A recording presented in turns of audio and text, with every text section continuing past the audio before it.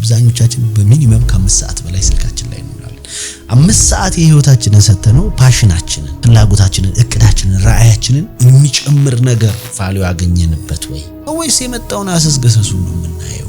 አሁን ያለንበት ዘመን ችሎታሽ አይደለም ውጤት የሚያመጣልሽ፣ ችሎታሽ እድል ነው የሚሰጥሽ።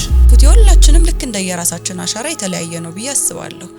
እና እንዴት ማስቀመጥ ይችላሉ ማወቅ ይችላሉ? የሰው ልጅ ባቀደው ሲበሳጭ የሚሞት ቢሆን ኖሮ በጣም ብዙ ሰው ሰኞ ጧትና መስከረም አንድ ይሞት ነበር። ስኬት ያለው ዛሬ ላይ ነው፣ ነገ ላይ አይደለም፣ ትላንት ላይ አይደለም።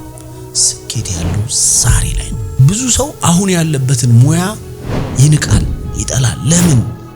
የሚመኘው ሌላ የሚሰራው ሌላ ሆኖበት ነው። አሁን ባለንበት ዘመን ኔትወርክ ወሳኝ ነው። your network is your net worth ይላል።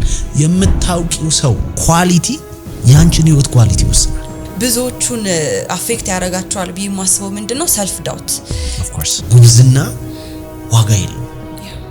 ለዛ ነው ክህሎት የሚያስፈልገው። 130 ሚሊዮን ህዝቡ እኔ በሆን የኔ አይነት ችሎታ እኔ ራሴ ዱፕሊኬት ብደረግ ኢትዮጵያን አሳድጋታለሁ ወደ ስኬት፣ ወደ ትርፋማነት፣ ወደ ቢዝነስ ለመጀመር፣ ወደ ታዋቂነት የሚወስድ አቋራጭ መንገድ አለ። ያ አቋራጭ መንገድ ልናገረው ያ አቋራጭ መንገድ